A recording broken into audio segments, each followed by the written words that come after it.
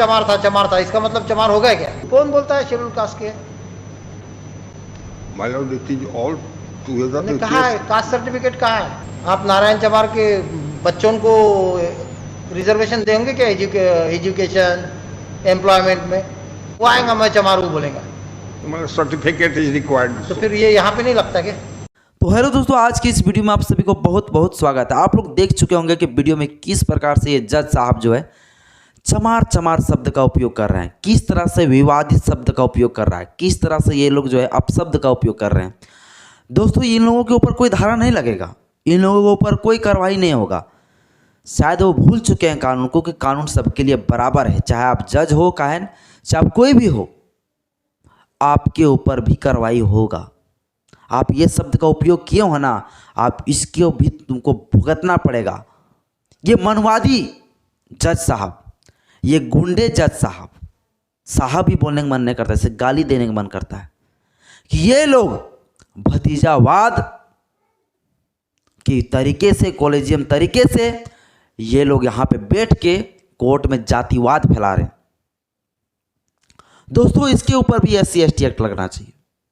हम अपने समाज के जो बहुजन मूवमेंट को चला रहे हैं, उन सभी साथियों से अपील है मेरा कि इनके ऊपर भी FIR किया जाना चाहिए, सभी थाने में किया जाना चाहिए कि एक सार्वजनिक प्लेस पर, एक पब्लिक प्लेस पर, गवर्नमेंट सार्वजनिक जगह पर ये जो है जातिवाद शब्द का उपयोग कर रहा है, चमार चमार बार बार शब्द का उपयोग कर रहा है।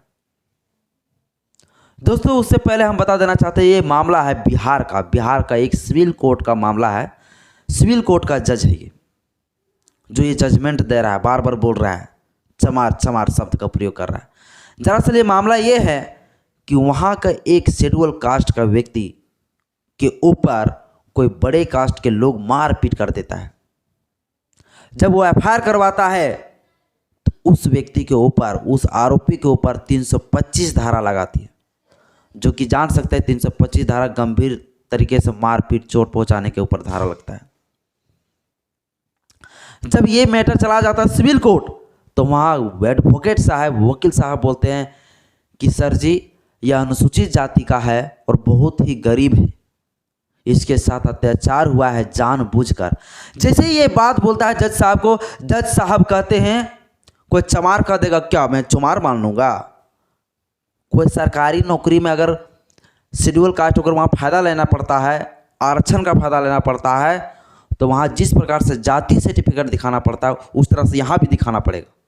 हम मान लेंगे वो चमार है, और बार बार वो जो चमार शब्द का प्रयोग कर रहा है। वो अगर जज साहब चाहते तो इतना बोल सकते थे कि चमार शब्द का उपयोग ना करके वो अनुसूचित जाति का है, अनुसूचित जनजाति का है, क्या प्रूफ हमको दिखाइए जरूरत प्रमाण पत्र, ये बोल सकते थे। लेकिन जाति सिर्फ चमार चमार जातिवाद करके फैला रहे, चमार चमार बोलकर। इसके ऊपर भी SC/ST एक्ट लगना चाहिए। चलिए दोस्तों, आज का वीडियो हम जानते हैं कि मैं जो है कानून के ऊपर जानकारी देता हूं, कानून के बारे में आप लोग को बताता हूं। तो मैं आज आपको कानून के बारे में बताता हूं कि इस व्यक्ति के ऊपर SC/ST एक्ट कैसे लगेगा, कौन सा धारा लगना चाहिए, ये भी मैं आपको बताने वाला हूँ।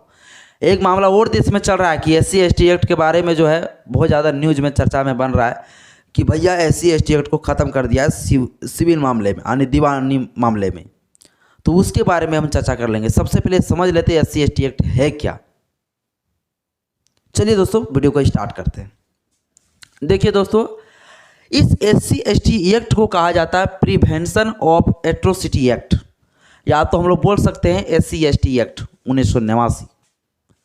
इसको क्या कहा जाता है दोस्तों, फिर से बता देना चाहता हूँ। इसको कहा जाता है प्रिवेंशन ऑफ एट्रोसिटी एक्ट 1989, 1989, या तो हम लोग बोल सकते हैं SC/ST एक्ट 1989, ठीक है।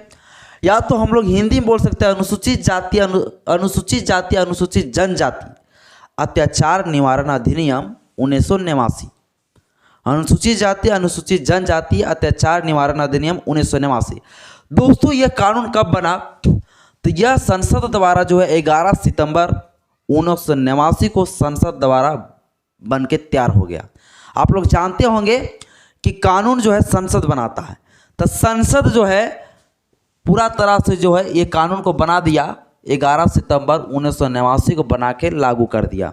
यह कानून बनाने का मेन मकसद था कि अनुसूचित जाति अनुसूचित जनजाति के साथ जो बड़ी जात के लोग जो अत्याचार कर रहे हैं उस अत्याचार को रोकने के लिए नियम और कानून बनाया गया, जो कि 11 सितंबर 1989 को पूरा तरह से ये भारत में पूरा लागू किया गया 30 जनवरी 1990 को।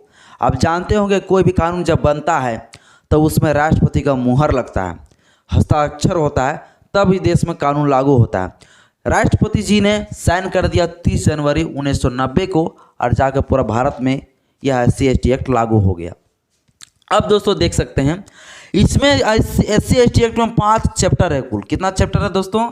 तो 5 चैप्टर है, 5 अध्याय है और कुल सेक्शन जो धारा है, सेक्शन जिसको कहते हैं धारा, वो 23 धारा है कुल। SC/ST एक्ट में 23 धारा है दोस्तों। आप इसमें हम समझ सकते हैं कि SC/ST एक्ट ये लगता कहाँ कहाँ है, किस किस कंडीशन में SC/ST एक्ट लगता है। SC/ST एक्ट किसके लिए लगता है? जो बड़ी जात के लोग अनुसूचित जाति अनुसूचित जनजाति के साथ अत्याचार करता है, उन बड़े कास्ट के ऊपर SC/ST एक्ट लगता है। तो किस किस कंडीशन में आप SC/ST एक्ट लगा सकते हैं वो भी देख सकते हैं। सबसे पहला पॉइंट में है घृणा पदार्थ। किसी अनुसूचित जाति अनुसूचित जनजाति को सिर्फ वो छोटी जात होने की वजह से उन्हें गंदी पदार्थ अगर खिलाने का प्रयास करेंगे या तो गंदे पदार्थ पिलाने का प्रयास करेंगे तो वैसी स्थिति में उसको जो है SC/ST एक्ट में शामिल किया गया है कि वो अपराध जो करेगा वो SC/ST एक्ट के तहत मुकदमा चलेगा।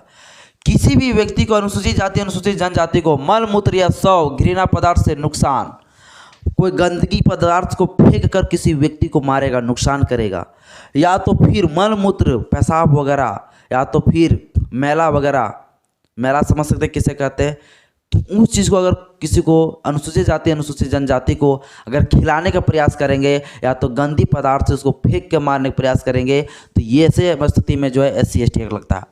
अगला पॉइंट दोस्तों, कपड़ा अगर उतारेगा, कोई बड़ी जात के लोग छोटी जाति को अगर सिर्फ इसलिए उसके साथ अत्याचार करेगा, कपड़ा उतारेगा क्योंकि वो छोटी जाति का है, तो वैसी स्थिति में जो है कपड़ा उतारेगा, नंगा करेगा या चेहरा में गंदगी फैलाएगा। चेहरा में क्या होता है, बहुत लोग जो है ना छोटी जाति को लेकर जो उसको कीचड़ उचड़ फेंक के चेहरा उरा में, या तो कोई अगर गलती कर देता है छोटी जाति के लोग तो उसको पूरा चेहरा में जो है गंदगी डाल के उसको पूरा नंगा करके घुमाया जाता है दोस्तों।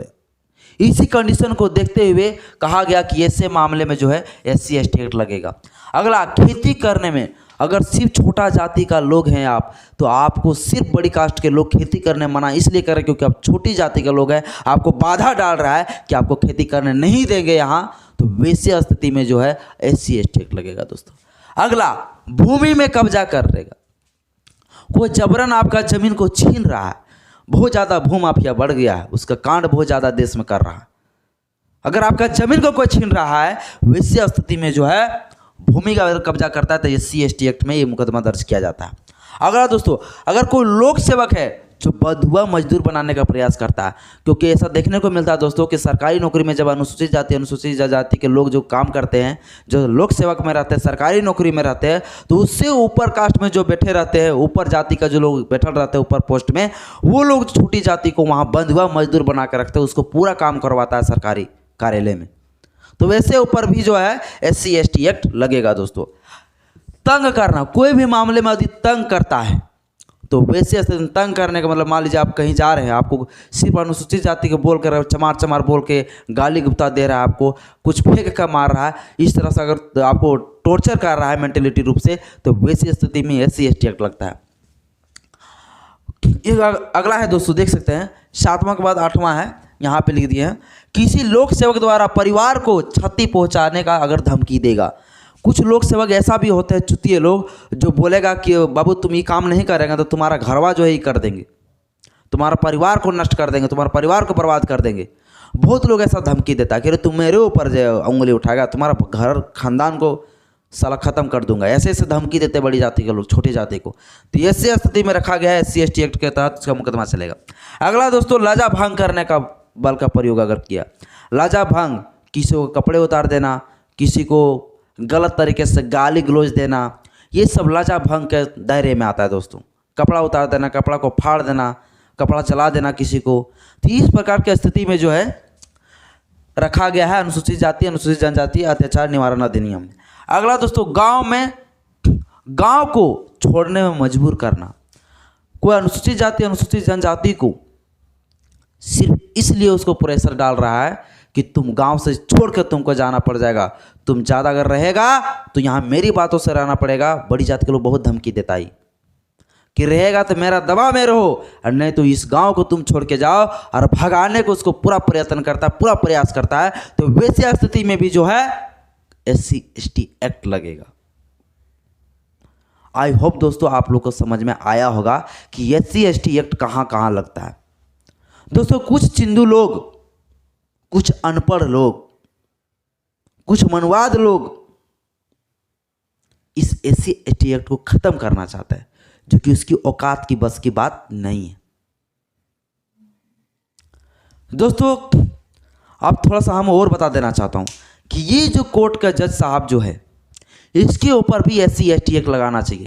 दोस्तों सुप्रीम कोर्ट ने 30 अगस्त 2020 में एक बयान दिया था कि कोई भी सार्वजनिक जगह पर कोई व्यक्ति यदि चमार शब्द का उपयोग करता है तो वैसे व्यक्ति के ऊपर जो है SC/ST एक्ट के धारा 3A के तहत मुकदमा दर्ज होगी, जिसका कम से कम सजा जो होगा 6 महीना से लेकर 7 वर्ष, और कभी कभी उम्र कैद भी होता है और फांसी भी दी जाती है।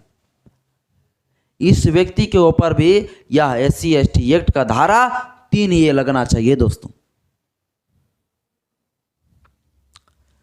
दोस्तों इसके ऊपर आप क्या कहना चाहते हैं, थोड़ा आप भी अपना बयान दीजिए कि क्या इस जज साहब को SC/ST एक्ट के तहत सजा देना चाहिए या नहीं देना चाहिए, अब बताइए मुझे। तो सुप्रीम कोर्ट का एक बयान पर पूरा देश में भी तहलका मचा हुआ है कि SC/ST एक्ट को हमेशा के लिए ख़त्म कर दिया गया। कोई लोग तो ये भी बोलते हैं कि सिविल मामले में से ख़त्म किया गया, और कुछ लोग ये भी न्यूज़ में दिखाया जा रहा है कि SC/ST एक्ट को हमेशा के लिए ख़त्म कर दिया गया। क्या है हकीकत, क्या है सच्चाई, चलिए आज आपको हम डिटेल बताते हैं। क्या SC/ST एक्ट को हमेशा के लिए ख़त्म कर दिया गया सुप्रीम कोर्ट? चलिए उस बयान को ऊपर पहले देख लेते हैं, लेकिन उससे पहले इसके बारे में हम लोग जान लेते हैं कि आखिर ये सुप्रीम कोर्ट बयान किस मैटर पे दिया है। तो दोस्तों जैसे कि हम जान सकते हैं कि तमिलनाडु का रहने वाला था एक व्यक्ति SC कास्ट में, जिसका नाम था P. भक्तवचलम। क्या था? P. Bhaktavachalam versus B. Venkateswaram. ये दोनों के बीच में ये केस था। ये केस धीरे धीरे हाई कोर्ट से सुप्रीम कोर्ट चला गया। जब सुप्रीम कोर्ट में जब चला गया ये मैटर, तो जो है सुप्रीम कोर्ट ने, जज साहब ने डायरेक्ट वहाँ निर्णय दिया, जजमेंट दिया कि इस व्यक्ति के ऊपर जो P. भक्तवचलम जो SC/ST एक्ट का जो केस लगाया है B. वेंकटेश्वरम में, यह जो है एक प्रकार का सिविल मामला में जो है SC/ST एक्ट नहीं लगेगा, और उस SC/ST एक्ट को सिविल मामला में हटा दिया गया। ठीक है, लेकिन कभी भी उसने, जज साहब ने ये नहीं कहा कि सिविल मामला में कभी भी नहीं लगेगा। किस मैटर में नहीं लगेगा? कि ये जो केस किया है P. भक्तवचलम और वेंकटेश्वरन, ये दोनों के बीच में जो मैटर चल रहा है, इस मैटर में सिविल मामला में यहाँ पे जो है SC/ST एक्ट नहीं लगेगा। इसमें फौजदारी मुकदमा माना गया। फौजदारी मुकदमा में आप जान सकते हैं कि उसमें जो है इंडियन पिनल कोड के द्वारा जो है उसमें कार्रवाई होता है।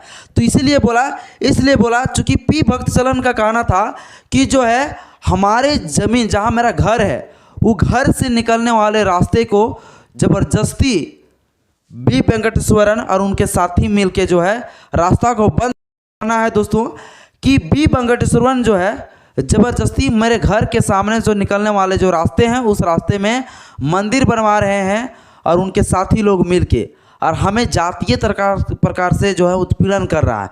इसके लिए जो है ये केस करवाए थे। ठीक है, अब यहाँ पे जो है सुप्रीम कोर्ट का दिया भैया कि यहाँ मैटर जो है क्रिमिनल मैटर है, यानी कि फौजदारी मामला है, यहाँ सिविल मामला नहीं चलेगा। और इस केस में जो सिविल मामला को ख़त्म कर दिया, यानी कि हर सिविल मामला में ख़त्म नहीं किया गया, ध्यान रखिएगा। इसके केस में सिविल मामला में जो है SC/ST एक्ट को हटा दिया गया, और बोला कि इसमें SC/ST एक्ट के तहत जो है मुकदमा नहीं चलेगा, इसमें चलेगा बाबू आने क्रिमिनल मामले में। तो क्रिमिनल मामले में जो है इंडियन पेनल कोड के द्वारा चलता है, और जानते होंगे कि सिविल मामला में सिविल कोड के द्वारा जो है फैसला होता है। तो आई होप दोस्तों आप लोग को समझ में आया होगा। आप लोग के अंदर अगर ये डाउट होगा कि क्या सिविल मामले में हमेशा के लिए ख़त्म कर दिया क्या SC/ST एक्ट को, तो SC/ST एक्ट को ख़त्म करना किसी औकात की बात नहीं है और ख़त्म नहीं होगा और नहीं ख़त्म हुआ। इस केस में ये दोनों के बीच में ये युद्ध चल रहा था, इस युद्ध में बोला कि भैया ये जो है ना, मान लीजिए रास्ता रोक रहा है तो उत्पीड़न कर रहा है, ठीक है, तो रास्ता तो रोक रहा है भाई, ये परेशान कर रहा है आपको, तो ये SC/ST एक्ट में कहाँ लगा रहा है इसको तो इंडियन पिनल कोड में भी रख सकता है।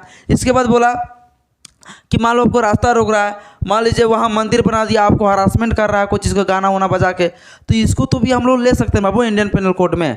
आपको जातीय वाला हम कैसे ले लेंगे, तो कुछ प्रूफ करके दिखाओ, तो शायद प्रूफ वगैरह नहीं कर पाए, जिसके वजह से जो है इसको SC/ST एक्ट में सिविल मामला में बोला, इस सिविल मामला में हम SC/ST को खारिज करते हैं, इसको हम नहीं मानते हैं। सुप्रीम कोर्ट ने ये जजमेंट दिया, लेकिन कभी ये नहीं कहा कि SC/ST एक्ट जो सिविल मामला में कभी नहीं लगेगा, कहीं नहीं लगेगा। तो आई होप दोस्तों आप लोग को समझ में आया होगा कि अगर आप लोग ये सोच रहे होंगे कि SC/ST एक्ट क्या हमेशा के लिए ख़त्म हो गया, तो आई होप दोस्तों आप लोग जान लीजिए कि ख़त्म ये नहीं हुआ है। आप लोग का जो ये डाउट था, ये डाउट को मैंने आज कंप्लीट कर दिया। तो दोस्तों ज़रा से मेरा वीडियो का हेल्पफुल लगा होगा तो मेरा वीडियो को आप थोड़ा जो सब्सक्राइब कर दीजिएगा, लाइक कर दीजिएगा, दोस्तों के पास भी शेयर कर दीजिएगा। और ये जो सुप्रीम कोर्ट का जज ने ये जो जजमेंट दिया, इसको पूरा देश दुनिया में फैला दीजिए। ये ऐसे जज साहब को जो कुर्सी को उठा के फेंक देना चाहिए। आई होप दोस्तों आप लोग से